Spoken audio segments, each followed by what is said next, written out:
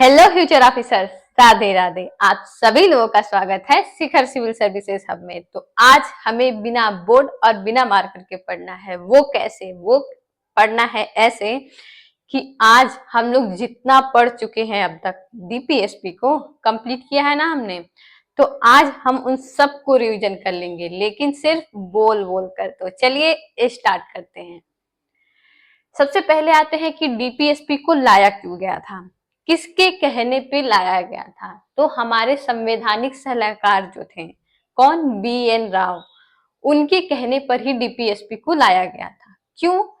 उन्होंने कहा था कि जो फंडामेंटल राइट्स है, ठीक है, वो हमने मूल अधिकार के रूप में दे दिया है, लेकिन उतने अधिकार ही व्यक्ति के विकास के लिए आवश्यक नहीं है, बस और अधिकारों की आवश्यकता है। लेकिन हमारे देश की स्थिति ठीक है कि अभी उतनी अच्छी नहीं है कि हम सभी अधिकार एक साथ दे सके, इसीलिए हम इसको डीपीएसपी में रखते हैं, मूल अधिकार में नहीं रखते हैं। तो बीएन राव जी के कहने पे फंडामेंटल राइट्स के बाद किसको लाया गया था? डीपीएसपी को लाया गया था, राज्य के नीति निर्देशक तत्व।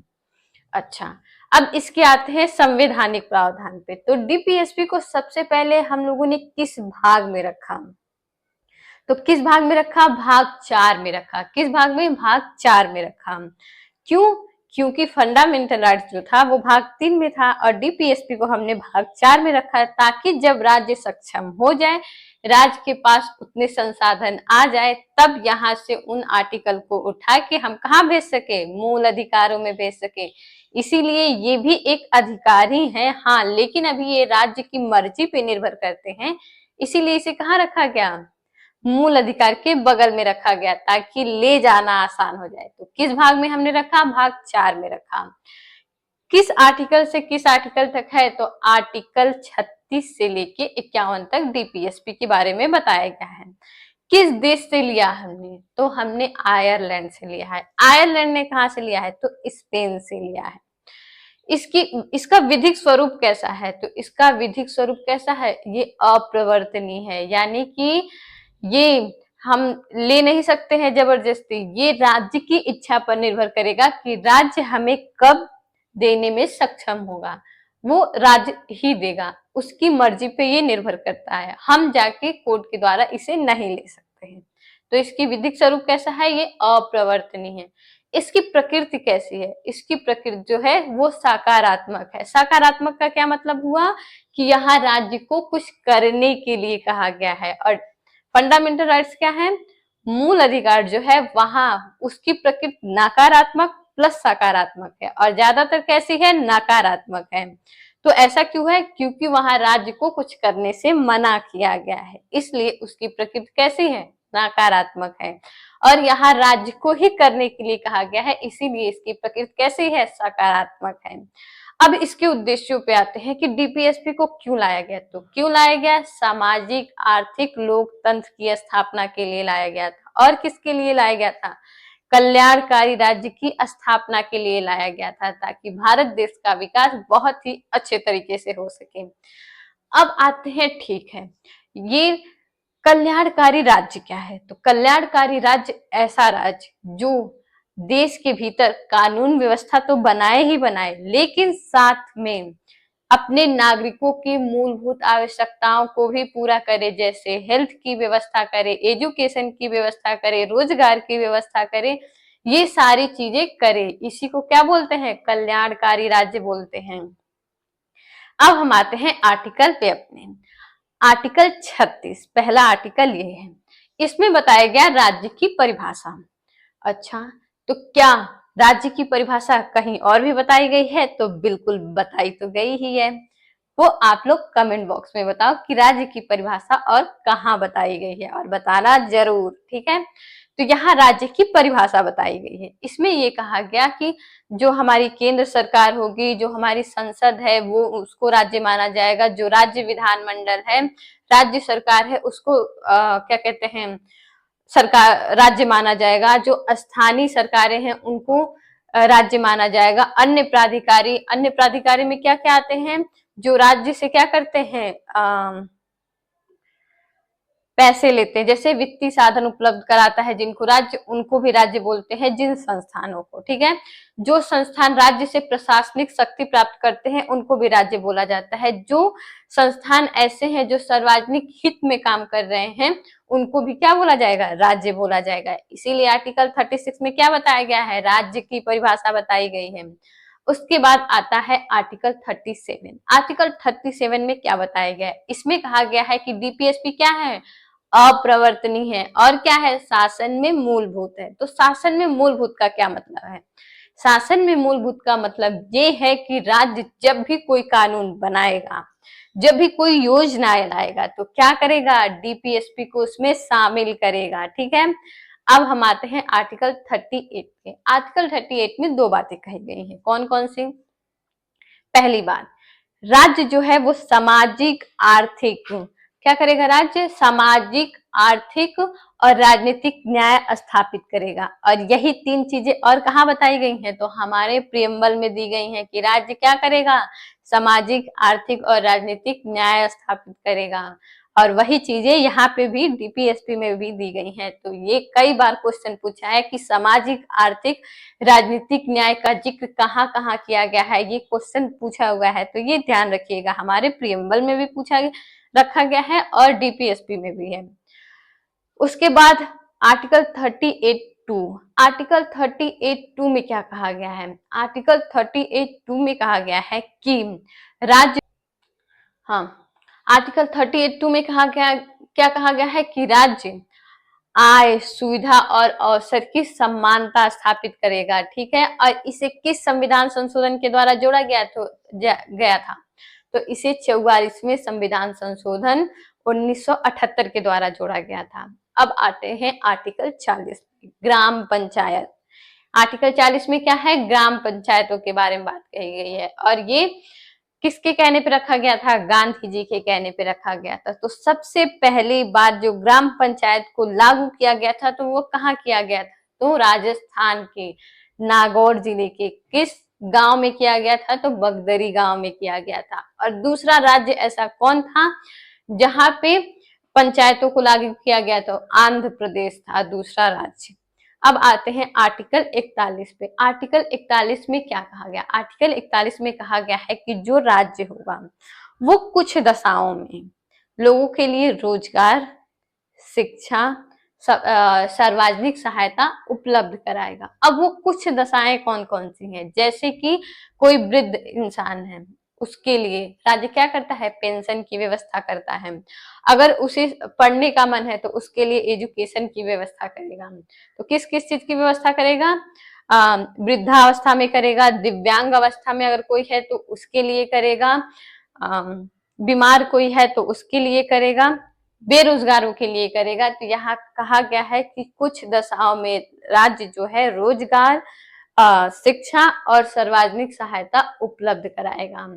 अब आते हैं आर्टिकल 42 पे। आर्टिकल 42 में क्या कहा गया है कि इसमें ये कहा गया है कि जो कार्य होना चाहिए, जो नागरिकों को कार्य दिया जाएगा वो कैसा होना चाहिए, न्याय संगत होना चाहिए, मानवोचित दशाओं से परिपूर्ण होना चाहिए, और क्या होना चाहिए, और महिलाओं के लिए प्रसूति सहायता दी जाएगी। कितने महीने की दी जाती है, तो 6 महीने के लिए दी जाती है। और पुरुषों को कितने दिन के लिए दी जाती है, तो पुरुषों को दी जाती है 15 दिन के लिए।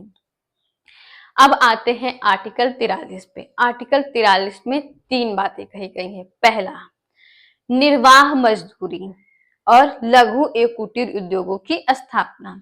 निर्वाह मजदूरी की बात क्यों कही गई, क्योंकि बहुत पहले जो था वो लोग क्या करते थे, किसी को अपने घर खाने पे रख लेते थे कि ठीक है हम तुमको खाना देंगे, तुम हमारे वहां काम करो। क्यों, और ऐसे लोग बहुत मिल भी जाते थे काम करने के लिए, क्योंकि लोगों के पास खाने की व्यवस्था तक नहीं थी। इसलिए सरकार ने कहा यहाँ पे क्या होना चाहिए, निर्वाह मजदूरी मिलना चाहिए, ताकि वो बस खाने से नहीं काम चल सकता है। अगर वो बीमार हुए तो हॉस्पिटल जाएंगे तो कैसे उनका इलाज होगा, आखिर दवा लाने के लिए पैसे तो चाहिए ही, और वो तो खाने पे हैं, बस काम कर रहे हैं, तो उनके लिए क्या होगा, उनके लिए दिक्कत हो जाएगी। तो यहाँ कहा गया है कि निर्वाह मजदूरी दी जाएगी। इतनी मजदूरी तो दी ही जानी चाहिए जिससे वो अपनी आवश्यकताओं को क्या कर सके, पूरा कर सके। और क्या कहा गया, लघु एवं कुटीर उद्योगों की स्थापना की बात कही गई। लघु एवं कुटीर उद्योग स्थापित होंगे तभी बहुत सारे लोगों को क्या होगा, रोजगार मिल सकेगा। अब आते हैं आर्टिकल 43 के ए में। इसे कब जोड़ा गया, तो इसे जोड़ा गया था 42वें संविधान संशोधन 1976 के द्वारा। और इसमें कहा गया कि मजदूरों को लघु और कुटीर उद्योगों में भागीदार बनाया जाए। क्यों भागीदार बनाए जाने की बात कही गई, भागीदार बनाए जाने की बात इसलिए कही गई क्योंकि कुटीर उद्योग तो बन गए थे, कंपनियां तो बन गई थी, लेकिन उसके मालिक क्या करने लगे, बाद में ज्यादा उत्पादन के लिए मजदूरों का शोषण करने लगे। इसलिए इस शोषण को रोका जा सके, इसके लिए क्या क्या कहा गया कि उनकी भी भागीदारी हो ताकि वो भी अपने हक की बात उठा सके। अब आते हैं 43 के बी में। इसे कब जोड़ा गया था, तो 43 का बी जो है इसे जोड़ा गया था 97वें संविधान संशोधन 2011 के तहत। और इसमें क्या कहा गया, इसमें कहा गया कि राज्य जो होगा वो सहकारी संस्थाओं की स्थापना करेगा। इसकी स्थापना की बात क्यों कही गई, क्योंकि ये बिचौलियों की संख्या बहुत ज्यादा बढ़ गई थी। जो मेन काम कर रहा था, जिसकी पूरी मेहनत थी, उसे कुछ मिल ही नहीं रहा था। सारा फायदा कौन ले रहा था, बिचौलिए ले रहे थे। इसलिए ये मध्यस्थता की चीज समाप्त करने के लिए क्या कहा गया कि सहकारी संस्थाओं की स्थापना करो ताकि जो काम कर रहा है असली फायदा उसे ही हो सके। तो सरकार ने क्या किया, कई सारी मंडियां स्थापित की जहां किसान अपने राशन को बेच सकता है। अब आते हैं आर्टिकल 44 पे। आर्टिकल 44 में क्या है, समान नागरिक संहिता स्थापित करने की बात की गई। क्यों कही गई ये बात, कहीं तो भेदभाव हो ही रहा था, तभी इस समान नागरिक संहिता स्थापित करने की बात हो रही थी। तो देखिए कि हिंदू धर्म में भी था कि बहुत सारे भेदभाव थे और मुस्लिम धर्म में था, लेकिन मुस्लिम धर्म में बहुत ज्यादा था। क्यों था, मुस्लिम धर्म में ये कहा गया है, मुस्लिम लॉ में, कि पुरुष जो है वो 4 शादी कर सकता है और अपनी पहली बीवी से उसे परमिशन लेने की भी आवश्यकता नहीं है। तो इससे क्या हो गया, महिलाओं का शोषण बहुत बढ़ गया था, महिलाएं बहुत परेशान हो गई थी इससे।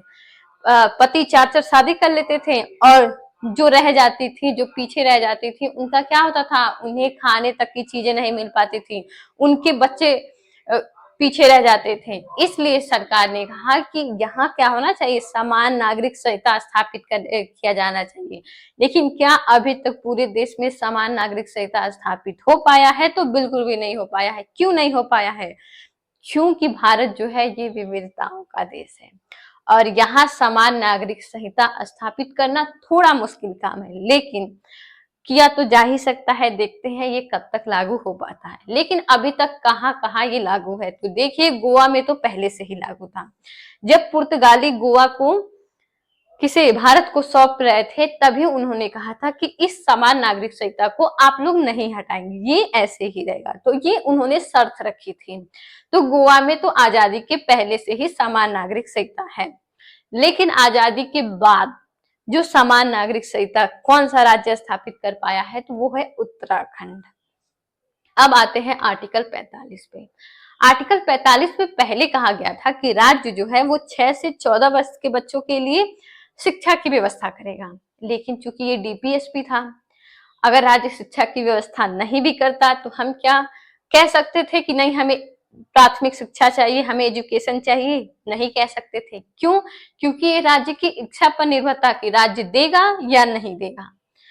उसे बाद में क्या किया गया, संशोधन किया गया। कौन सा संशोधन हुआ, 86वां संविधान संशोधन 2002। और इसमें क्या किया गया, इस व्यवस्था को उठा के कहाँ ले जाया गया, मूल अधिकार में ले जाया गया, ठीक है। और कहाँ रखा गया, आर्टिकल 21 क में रखा गया। अब 6 से 14 वर्ष के बच्चों को जो प्राथमिक शिक्षा पाने का अधिकार है, ये क्या है, ये मूल अधिकार है। अब इसे राज्य देने से मना नहीं कर सकता है।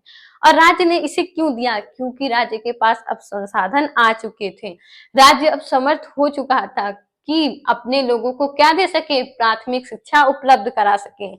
इसीलिए इसे क्या बना दिया, फंडामेंटल राइट्स बना दिया। और क्या इसे खाली छोड़ दिया गया आर्टिकल 45 को, तो बिल्कुल भी नहीं। यहाँ पे ये लिख दिया गया कि राज्य जो होगा वो 0 से 6 वर्ष के बच्चों के लिए उनके पोषण की व्यवस्था करेगा और क्या करेगा, उनके लिए एजुकेशन की व्यवस्था करेगा। ये कहा गया आर्टिकल 45 में। आर्टिकल 46, आर्टिकल 46 में क्या कहा गया, आर्टिकल 46 में ये है कि राज्य जो है, जो पिछड़ा वर्ग है, और पिछड़े वर्ग में किसका जिक्र किया गया है, तो पिछड़े वर्ग में जिक्र किया गया है अनुसूचित जातियों और अनुसूचित जनजातियों का। उनके लिए क्या करेगा, उनके लिए समानता, उनके लिए समान उनके विकास के लिए क्या करेगा, सुविधाएं उपलब्ध कराएगा राज्य। अब किस पे आते हैं, आर्टिकल 47 पे आते हैं। आर्टिकल 47 में क्या कहा गया कि राज्य जो होगा वो मादक पेय पदार्थों को क्या करेगा, बंद करेगा उनके उत्पादन को, और उनकी बिक्री पे रोक लगाएगा, और क्या करेगा, पोषण स्तर को ऊपर उठाएगा और मादक पेय पदार्थों को बंद करेगा। लेकिन क्या ये अभी हो पाया है, तो ये अभी नहीं हो पाया है। पोषण स्तर को तो राज्य उठा रहा है, लेकिन ये मादक पेय पदार्थों को अभी भी रोका नहीं जा रहा है। कुछ राज्य ऐसे हैं जिन्होंने शराब वगैरह बंद कर दिया अपने वहां, जैसे कि बिहार है, लेकिन वो बस कहने के लिए है। अब आते हैं आर्टिकल 48 पे। तो आर्टिकल 48 में भी दो बातें कही गई हैं। कौन कौन सी, पहले तो कहा गया है कि राज्य जो होगा वो कृषि और पशुपालन को बढ़ावा देगा, और क्या करेगा, जो दुधारू पशु है, और यहाँ स्पेशली किसका जिक्र किया गया है, गाय का जिक्र किया गया है, कि जो दुधारू पशु हैं उनके वध का निषेध करेगा, यानी कि उनके वध पे रोक लगाएगा। और इसीलिए कहा जाता है कि आर्टिकल 48 में सांप्रदायिकता की झलक मिलती है। ठीक है, अब आते हैं आर्टिकल 48 के ए में।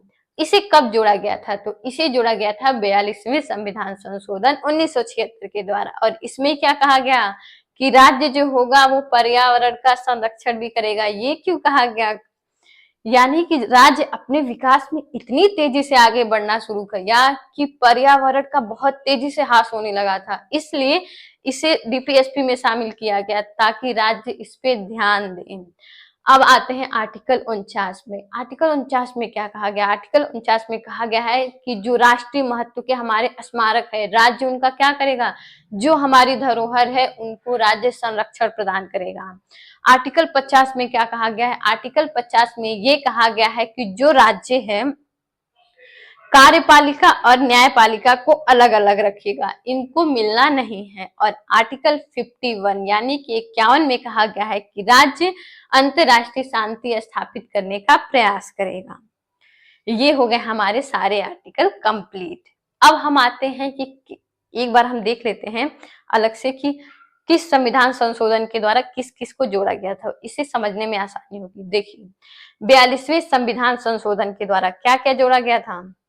अच्छा देखिए, आर्टिकल 39 मैंने बताया ही नहीं, पहले आर्टिकल 39 को देख लेते हैं। आर्टिकल 39 में क्या कहा गया है, आर्टिकल 39 में पहले कही गई है 6 बातें, और वो 6 बातें कौन कौन सी हैं।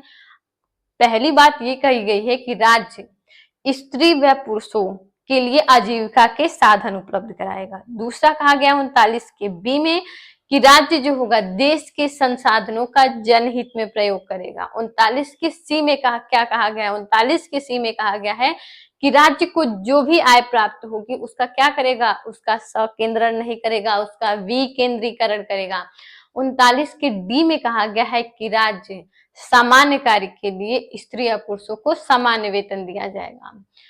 आर्टिकल 39 के ई में कहा गया है कि राज्य अपने नागरिकों के स्वास्थ्य की रक्षा करेगा। और एफ में कहा गया है कि राज्य जो है वो बचपन और यौवन को सुरक्षित करेगा ताकि महिलाओं को और बच्चों का कोई शोषण ना कर सके। 39 का ए जोड़ा गया। 39 का ए कब जोड़ा गया था, तो इसे कब जोड़ा गया था, 42वें संविधान संशोधन 1976 के द्वारा। 38 का भी मैंने 42वें संविधान संशोधन बता दिया है क्या, नहीं। 38 का याद रखिएगा कि 44वें संविधान संशोधन 1978 के द्वारा जोड़ा गया था। 38 में जो ए जोड़ा गया है वो 44वें संविधान संशोधन के तहत जोड़ा गया है, और 39 का जो ए जोड़ा गया है उसे 42वें संविधान संशोधन 1976 के द्वारा जोड़ा गया है। और इसमें क्या कहा गया, इसमें ये कहा गया है कि राज्य सामान्य न्याय निःशुल्क विधिक सहायता उपलब्ध कराएगा ताकि जिनके पास पैसे नहीं है उनको भी न्याय मिल सके। तो हमारे आर्टिकल तो हो गए पूरे कंप्लीट। अब हम देखते हैं क्या, अब हम देखते हैं कि कौन से संशोधन के द्वारा किस किस को जोड़ा गया। ये एक जगह बताऊंगी तो याद रहेगा। देखिए 42वें संविधान संशोधन के तहत किसको जोड़ा गया, 39A को जोड़ा गया, सामान्य न्याय निशुल्क विधिक सहायता। 43 की A को जोड़ा गया कि क्या कहा गया कि लघु कुटीर उद्योगों में मजदूरों को भागीदार बनाया जाएगा। और 48 का ए जोड़ा गया और इसमें क्या कहा गया, पर्यावरण के संरक्षण की बात कही गई। उसके बाद किस पे आते हैं, तो 44वें संविधान संशोधन के द्वारा, 44वें संविधान संशोधन के द्वारा एक जोड़ा गया 38(2). इसमें कहा गया है कि राज्य आय, सुविधा और अवसर की समानता स्थापित करेगा। और कौन सा हुआ, तो 97वां संविधान संशोधन 2011 और इसमें कहा गया कि राज्य सहकारी संस्थाओं की स्थापना करेगा। तो ये एक जगह हो गया। अब क्या बचा, हाँ अब बचा कि किसने क्या डीपीएसपी को क्या क्या कहा है, कथन क्या क्या बोला गया है।